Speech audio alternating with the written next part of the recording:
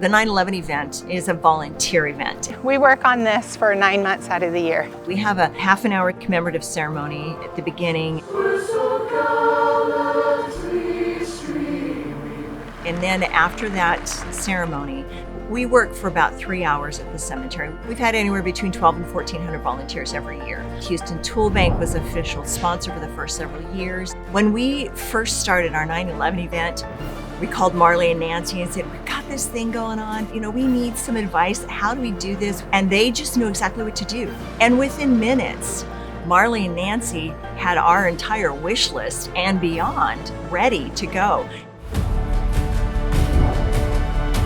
The Houston ToolBank is a charitable organization that supports other charitable organizations. We're a mini Home Depot for the charitable sector, but we have a warehouse full of tools and supplies that charitable organizations can use to complete their projects, fundraisers, or any community event they're throwing. A warehouse with 300 different types of tools, more than 15,000 items in stock. For example, like a shovel on the shelf is 45 cents for the entire week. We do everything by weeks, not by days, so you're not charged daily or hourly. And the ToolBank has everything we need. We'll do various things like we scrub every headstone.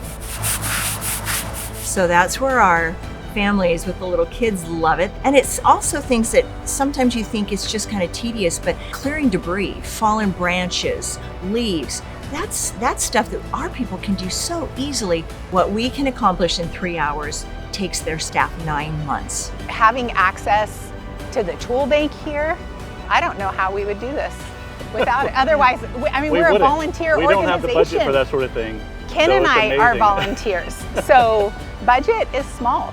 Our goal is really to cut the costs so these nonprofits can keep doing their mission and can do even more projects with the budget they're saving.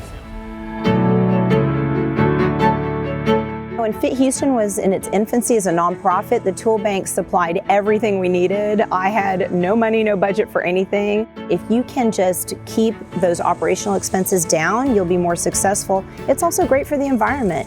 Why should each of us be buying pieces of equipment that we're only going to use maybe once or twice in a year? There's 3 ways we actually get tools out to people. So we have regular pickup here in person. They come back up to our dock, we load them. We offer a direct delivery. Now that is at a cost. And then we also have our neighborhood tool hubs across different counties. If you're a nonprofit leader, you don't have a lot of time on your hands, so this is a game changer once again.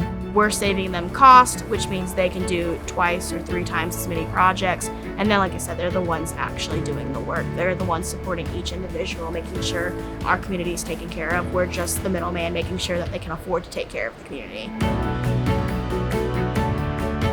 Just being able to access that versus having to rent it somewhere else is able to allow these nonprofits to provide more services. So that extra $1,000 that would have been used to rent tables and chairs for an event, for distribution of shoes or backpacks, now that $1,000 is going towards those backpacks and actually providing more for his child.